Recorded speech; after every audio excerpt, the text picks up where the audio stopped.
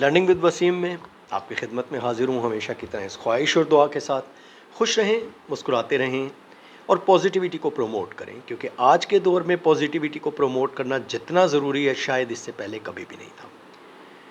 आप जानते हैं कि इन्वेस्टमेंट एक ऐसा परिंदा है जो बहुत ही हल्की सी आहट के साथ भी उड़ जाता है।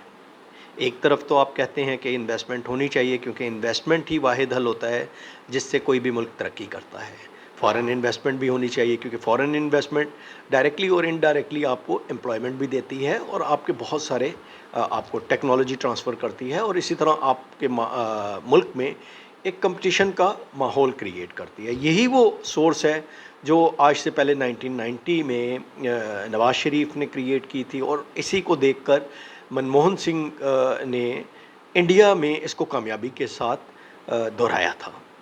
आज इंडिया को आप देख लें, इंडिया में फॉरेन डायरेक्ट इन्वेस्टमेंट देख लें और इंडिया का उरूज देख लें। इंडिया इस वक्त दुनिया की 5th लार्जेस्ट इकॉनमी है, और उसके बाद सोचें कि हम इस वक्त कहाँ चले गए हैं। ऐसा क्यों होता है? उसकी एक सबसे बड़ी वजह जो ये है वो ये है कि हमारा नेगेटिव सोचना और इंडिया का पॉजिटिव सोचना। मैं ये नहीं कहता कि इंडिया हर चीज़ में सही होगा, लेकिन एटलीस्ट इन्वेस्टमेंट के मामले में अगर आप देखें तो जो इंडियंस हैं उनकी अप्रोच बड़ी रियलिस्टिक और पॉजिटिव होती है। वो हमेशा हर उस चीज़ में इन्वेस्ट करना चाहते हैं जहाँ उनके लिए कोई ये इन्वेस्टमेंट बेनिफिशियल हो सके, और यही इन्वेस्टमेंट फिर अल्टीमेटली उनके मुल्क के लिए भी बेनिफिशियल होती है, क्योंकि आपकी इकोनॉमी जब ग्रो करती है तो डेफिनेटली उसमें हर आदमी ग्रो कर रहा होता है। वेयर एज इन पाकिस्तान अगर आप देखें तो पाकिस्तान में सबसे पहले इन्वेस्टमेंट को डीमोटिवेट किया जाता है, और एक एक कॉन्सेप्ट ये दिया जाता है कि पता नहीं इन्वेस्टमेंट करना शायद इस्लाम की रूह से बहुत गलत है, शायद इस्लाम में इन्वेस्टमेंट का कोई वो कॉन्सेप्ट ही नहीं है। हालांकि ऐसा हरगिज़ नहीं है। इस्लाम आपको ये बताता है कि आप अच्छे तरीके से, एहसन तरीके से अपनी आमदनी बढ़ाएं, अपनी रिसोर्सेज को बढ़ाएं और उन रिसोर्सेज को अपने मुआशरे की बेहतरी के लिए ख़र्च करें। तो ये हम समझने के लिए कब तैयार होंगे और कब हम इस पे अमल करेंगे ताकि हमारा मुल्क भी ग्रो कर सके। अब ये इतनी बातें जो आज मैं आपको कर रहा हूँ, ये मैं काफ़ी डिसहार्ट होकर कर रहा हूँ, और वो इसलिए कि आपने रिसेंटली अभी सुना होगा कि पाकिस्तान की बहुत सारी इन्वेस्टमेंट दुबई में निकल आई है, और दुबई में लोगों ने इतनी इन्वेस्टमेंट की हुई है, 35,000 प्रॉपर्टीज़ जो हैं वो इन्वेस्टमेंट की हुई है, और मीडिया एक हाइप क्रिएट करके बता रहा है कि पता नहीं शायद वो चोर या डाकू हैं जिन्होंने पाकिस्तान से इन्वेस्टमेंट ले के और दुबई में की हुई है।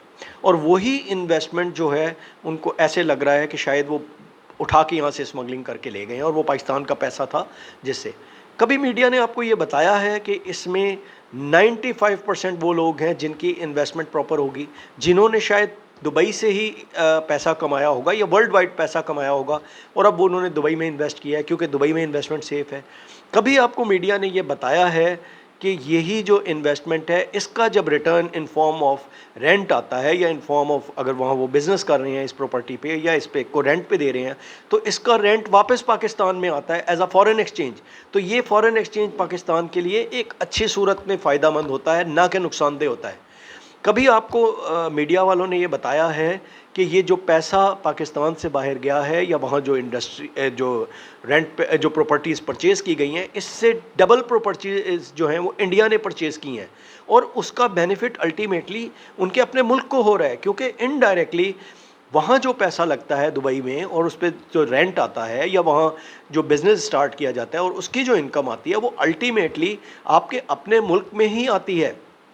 क्योंकि कॉन्सेप्ट है कि दुबई में तो आप पासपोर्ट ले नहीं सकते, नेशनैलिटी ले नहीं सकते, तो आप जितनी भी इन्वेस्टमेंट करेंगे अल्टीमेटली उसका जो आपको जो पर्क एंड प्रिविलेज आते हैं वो आप अपने मुल्क की प्रॉपर्टी परचेज़ करने में, अपने मुल्क के एसेट्स बनाने में ख़रीदते हैं, डालते हैं, और यहाँ उसका बेनिफिट मिलता है। तो ये आपको मीडिया क्यों नहीं बताता? हमेशा याद रखें कि हर सुनी सुनाई बात पे आंखें खोल कर पहले उसको एवोलवेट करें, फिर उस पर बिलीव करें, ना कि मीडिया के ऊपर। क्योंकि इस वक्त अगर आप देखें हर मीडिया ये कह रहा है जी दुबई में इतनी प्रॉपर्टी है, दुबई में इतनी प्रॉपर्टी है, वो ऐसे चली गई, वो वैसे चली गई, वो चोरी से चली गई, वो डाके से चली गई। भाई ऐसा कुछ भी नहीं है। आपकी 1990 में गवर्नमेंट ने बाकायदा परमिशन दी थी, जिसकी वजह से लोगों ने अपनी इन्वेस्टमेंट को, और ऐसे लोगों ने जो समझते थे कि वहाँ वो बेहतर रिटर्न कमा सकते हैं, उन्होंने वहाँ वो इन्वेस्ट की, in form of business invest किया, in form of property invest करके रेंट पे दी, होटल्स बनाए, कुछ ऐसी प्रॉपर्टीज़ बनाई, कुछ ऐसा बिजनेस बनाया जिससे उनको रिटर्न आने लगा, और इस रिटर्न को वो पाकिस्तान में भी यूज़ कर रहे हैं। तो इसमें बुराई क्या है? और क्या इसको मज़ीद बढ़ना नहीं चाहिए? क्या आपके पाकिस्तानियों को पूरी दुनिया में इन्वेस्ट नहीं करना चाहिए? इन्वेस्ट करके उसका रिटर्न नहीं लेना चाहिए? मेरी जब दुबई में कुछ लोगों से मुलाकात हुई तो उनमें से अक्सर का क्वेश्चन यही था कि अगर आप डेरा में या छोटी मार्केटों में जाएं तो वहाँ छोटा बिजनेसमैन जो है इंडिया का है वो भरा पड़ा है। वो एक परफ्यूम से लेके, एक शॉल से लेके, एक लोकल प्रोडक्ट से लेके, आपके शूज़ और चप्पलों से लेके मसाला, ग्रॉसरी, हर चीज़ में उनकी मोनोपोली है। क्यों? उन्होंने इन्वेस्ट किया है वहाँ। उनके मुल्क ने उनको हौसला दिया है कि आप पूरी दुनिया में इन्वेस्ट करें, और करने के बाद अपने बिजनेस को जो बेहतर अपॉर्चुनिटीज़ मिलती हैं उसको बढ़ाएं, ताकि आप ज़्यादा अर्न कर सकें, और ज़्यादा अर्न करने के बाद आप अपने मुल्क में उसको इन्वेस्ट कर सकें, उसको रेप्लिकेट कर सकें। वहाँ की टेक्नोलॉजी, वहाँ की सेल्समैनशिप, वहाँ की मार्केटिंग को आप अडॉप्ट कर सकें अपने मुल्क में। तो इसमें कोई बुरी बात है? तो यही वो चीज़ें हैं जो मैं पाकिस्तान की मीडिया से भी रिक्वेस्ट करूंगा कि प्लीज़ प्लीज़ प्लीज़ हर वक्त सिर्फ नेगेटिव नेगेटिव नेगेटिव ही ना दिखाएं। अगर कोई अच्छी चीज़ हो सकती है, किसी के कुछ पॉजिटिव इम्पैक्ट भी होते हैं, नेगेटिव इम्पैक्ट भी होते हैं, तो उसके पॉजिटिव इम्पैक्ट को भी डिस्कस करें। आप देखते हैं कि आपके हाथ में अगर एक छुरी होती है तो छुरी से आप सेब भी काटते हैं और छुरी से आप किसी का गला भी काट सकते हैं।